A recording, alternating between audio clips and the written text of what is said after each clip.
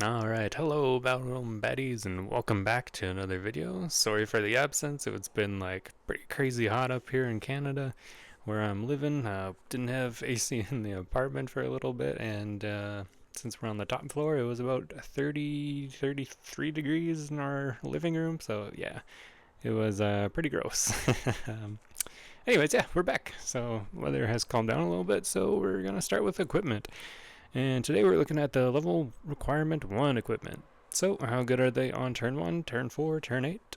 There are 3 from the main set, which are not counting the exclusives from the starter deck. I've already gone over those ones, so if you're curious about those, you can definitely check that video out. One thing to point out, you don't want to include too many level requirement 1 cards in your deck unless you're trying to go for like an aggressive early game strategy. But usually I would want to say you probably only want to run about 6 at the very most for level requirement 1 cards, just in my opinion. I can definitely be wrong, but we'll see how it goes. So first up we have Battle Fairy Staff. That says when this card is revealed from your deck, you may play this card. During your battle phase, you may reveal the top card of your deck. For every equipment revealed this way, gain 2 attack this turn.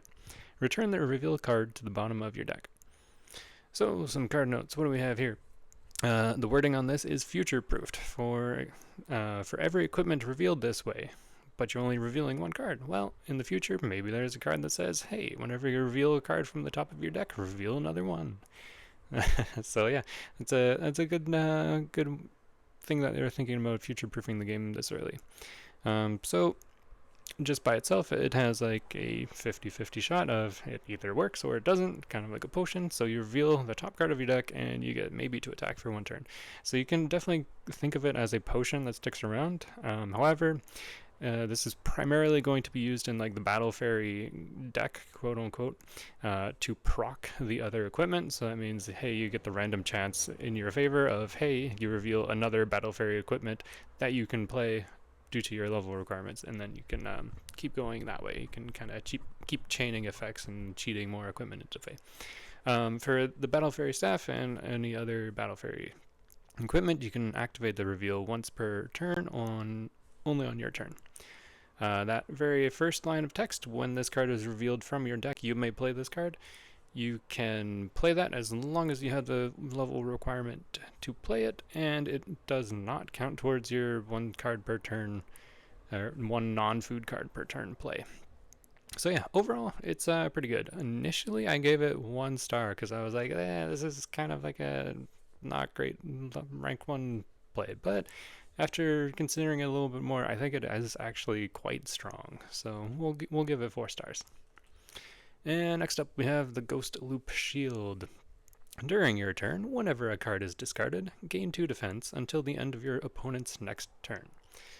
So, this and the next card, Ghost Loop Sword, they have been nerfed. So, initially, upon reading this, and then reading the effect of the Ghost Neopet, which says, send a card from your inventory to your discard, gain 2 attack or 2 defense until the end of the current turn, or until the end of your opponent's next turn. Initially, Ghost Loop Shield and Ghost Loop Sword worked with the Ghost Neopet ability. However, it has been changed since the release of the game to not work from sending a card from your inventory to the discard from your Ghost Painted Neopet. When you look at the definition of discard in the rulebook, it literally says send a card from your inventory to the discard. So it is quite confusing that send a card from your inventory to the discard does not equal discard a card from your inventory to the discard. Yeah. That aside, it only cares about cards being discarded from the inventory. So if you have, like, for example, Pant Devil, you play Pant Devil, get rid of your opponent's equipment, that says discard their equipment from play. So that does not actually work with Ghost Loop Shield or Ghost Loop Sword. It does, however, work off you and your opponent discarding cards. So if you play Eyes of Dark, or no, not sorry, Eyes of Dark. Angry Tax Beast or Tax Beast, where it says, hey, your opponent discards a card, you draw a card, well, that would get you the benefit from Ghost Loop Shield or Ghost Loop Sword. So there is some benefits, some not benefits, but overall, the nerf to the Ghost Painted Neopet ability not working with this makes these two pieces of equipment pretty much unplayable right now, in my opinion.